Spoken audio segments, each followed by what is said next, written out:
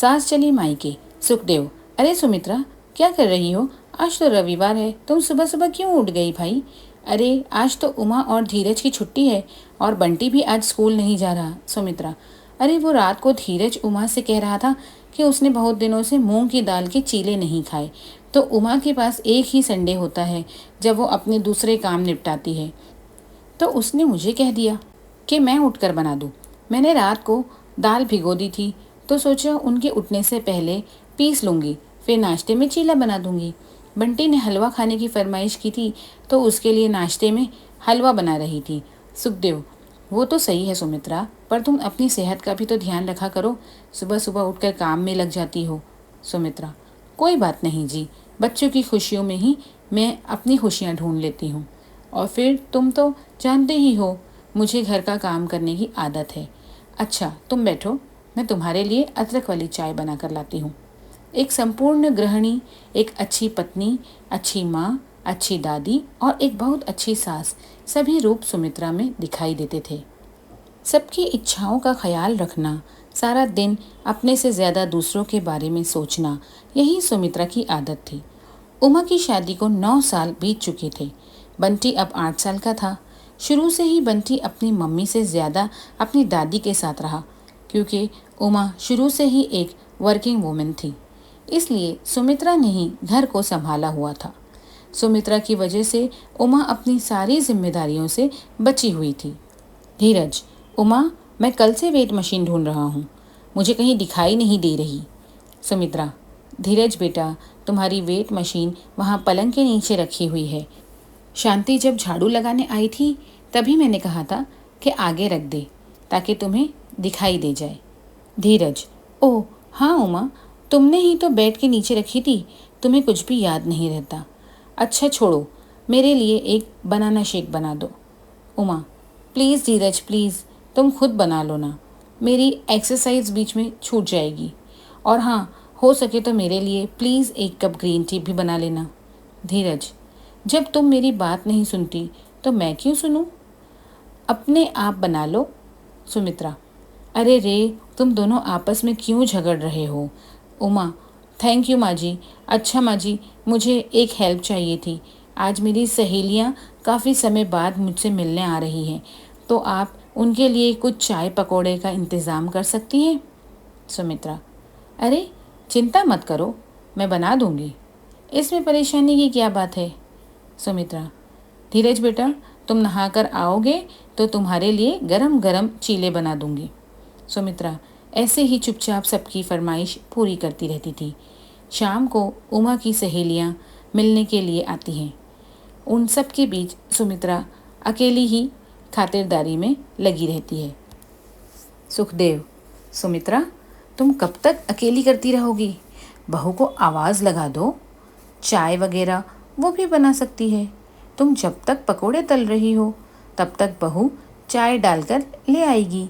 सुमित्रा, अरे नहीं नहीं, अच्छा नहीं लगता, बहू सबके बीच उठकर आएगी तो परेशान होगी, मैं ले जाऊंगी।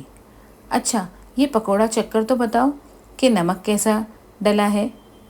सुखदेव, सुमित्रा, ये गलत बात है, तुम थोड़ी बहुत काम की जिम्मेदारी अब बहू को भी देना शुरू करो, वो तुम्हारे भरोसे कुछ भी नहीं करती है। सुमित्रा, कोई बात नहीं, बहुएं भी तो बेटी की तरह होती है। उमा भी मेरी बहू नहीं, बेटी की तरह है।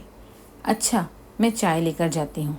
सुमित्रा सबके लिए चाय लेकर जाती है, पर वो उमा और उसकी सहेलियों के बीच हो रही बात को सुन लेती है और उसके कदम दरवाजे पर ही रुक जाते हैं और आंखों से आंसू छलक आते हैं। सहेली, हाँ यार, ये तो तू बिल्कुल सही कह रही है। मेरे घर कल बुआ जी और फूफा जी आ गए, मेरी रोटी बनाने वाली ने तो छुट्टी कर ली, सारा खाना मुझे बाहर से मंगवाना पड़ा।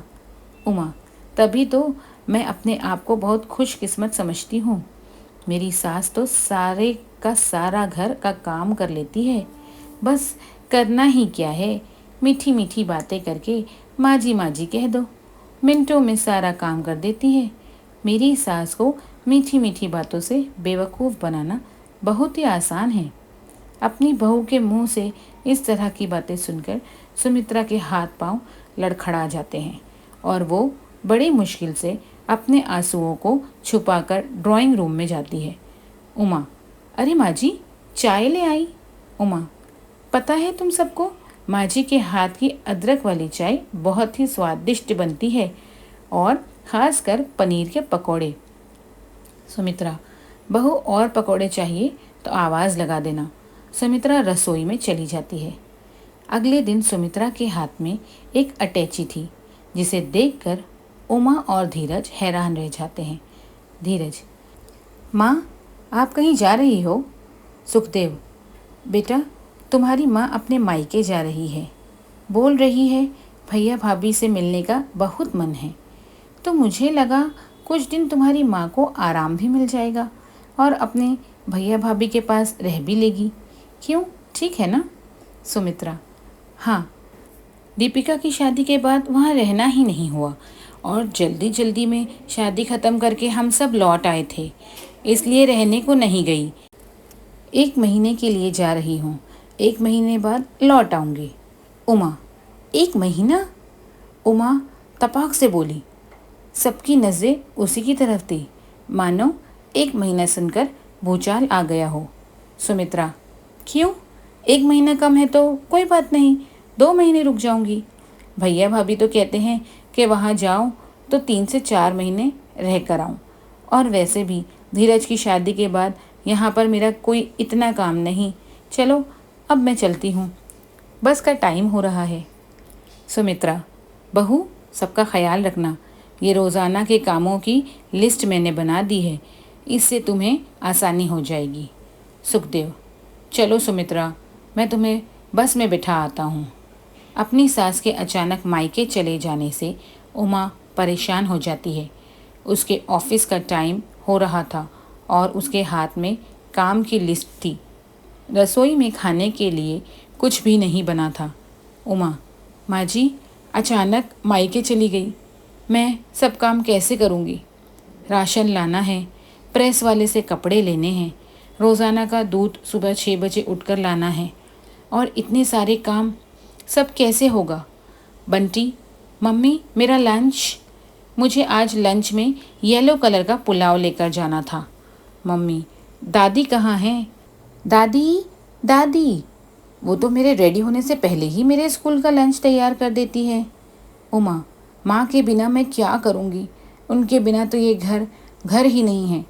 मुझे कुछ समझ नहीं आ रहा, मैं माँ जी के बिना सब कुछ कैसे संभालूंगी? अचानक उमा बहुत तेज़ रोने लगती है। धीरज उसे चुप कराता है, पर उमा और ज़ोर से रोने लगी। तभी दरवाजे की घंटी बजती है। धीरज, उमा चुप हो जाओ, लगता है पापा माँ को बस में बैठाकर आ गए। रुको, मैं दरवाज़ा खोलता हूँ। धीरज जैसे ही दरवाज़ा खोलता है वो चौंक जाता है। धीरज, माँ, आप तो मामा के घर गई थी। सुखदेव, बस में बैठ भी गई थी तुम्हारी माँ, फिर मेरे से बोली कि ऐसे अचानक से चली गई तो बहू सब कुछ संभाल नहीं पाएगी। बहू को ऑफिस जाना होता है, वो अकेले अचानक से इतना सब कुछ कैसे करेगी? इसी चिंता में वापस लौट आई कि फिर कभी चली जाएगी। उमा अपने आंसुओं को पोंछकर झट से अपनी सास के गले लग जाती है। उमा, माँ जी, आपके बिना मैं बिल्कुल अधूरी हूँ। आप घर की नींव हो। माँ जी, आपके बिना हम कमज़ोर हैं। मुझे आपकी बहुत ज़रूरत है माँ जी। सुमित्रा, अच्छा अच्छा, ठीक है ठीक है, मैं अभी आई हूँ। मुझे पता है मेरे बिना तो कुछ नहीं कर पाएगी। चलो अब आगे से हटो। जल्दी से बंटी, बेटा के लिए पीले चावल बना देती हूँ। बंटी, दादी मुझे आज स्कूल नहीं जाना, मुझे आपके साथ खेलना है। धीरज, ठीक है, थिएटर में एक नई मूवी लगी है, आज हम सब मिलकर वो देखने चलेंगे। क्यों पापा? सुखदेव, इस घर की हेड तुम्हारी माँ है, जैसा वो कहेगी वैसे ही मैं करूँगा भैया। हाँ।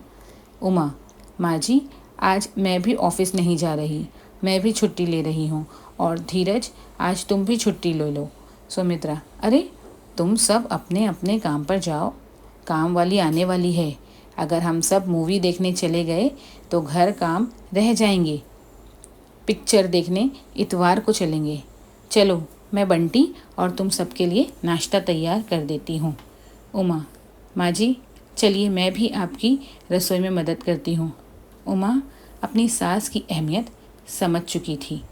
उसे एहसास हो चुका था कि परिवार में बड़े बूढ़ों का साथ होना बहुत ज़रूरी है, पर साथ ही उनका मान सम्मान बनाए रखना छोटों की जिम्मेदारी होती है।